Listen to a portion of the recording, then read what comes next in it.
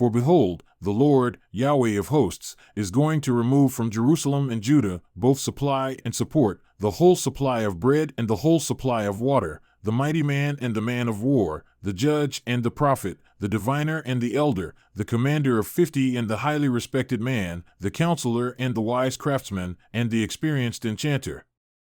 And I will make young men their princes, and capricious children will rule over them, and the people will be oppressed, each one by another, and each one by his neighbor. The youth will overwhelm the elder, and the dishonorable against the honorable. When a man grasps his brother in his father's house, saying, "You have a cloak, you shall be our ruler, and these ruins will be under your hand," he will protest on that day, saying, "I will not be your healer, for in my house there is neither bread nor cloak. You should not appoint me ruler of the people. For Jerusalem has stumbled and Judah has fallen, because their tongue and their deeds are against Yahweh, to rebel against his glorious presence. The expression of their faces answers against them, and they declare their sin like Sodom. They do not even conceal it. Woe to their soul!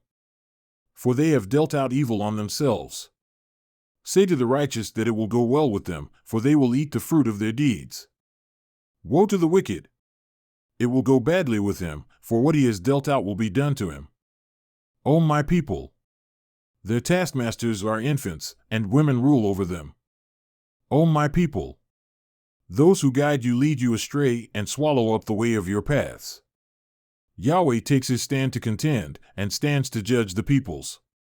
Yahweh enters into judgment with the elders of his people and his princes. It is you who have consumed the vineyard. The plunder robbed of the afflicted is in your houses. What do you mean by crushing my people and grinding the face of the afflicted, declares Lord Yahweh of hosts? Moreover, Yahweh said, because the daughters of Zion are haughty and walk with outstretched necks and seductive eyes, and go along with mincing steps, and tinkle the bangles on their feet, therefore the Lord will smite the skull of the daughters of Zion with scabs, and Yahweh will make their foreheads bare. In that day the Lord will remove the beauty of their anklets, headbands, crescent ornaments, dangling earrings, bracelets, veils, headdresses, ankle chains, sashes, perfume boxes, enchanted charms, finger rings, nose rings, festal robes, outer tunics, cloaks, money purses, hand mirrors, undergarments, turbans, and shawls. Now it will be that instead of sweet perfume there will be the smell of rot. Instead of a belt, a rope. Instead of well-set hair, a plucked-out scalp. Instead of fine clothes, a donning of sackcloth. And branding instead of beauty. Your men will fall by the sword, and your mighty ones in battle. And her gates will lament and mourn, and deserted she will sit on the ground.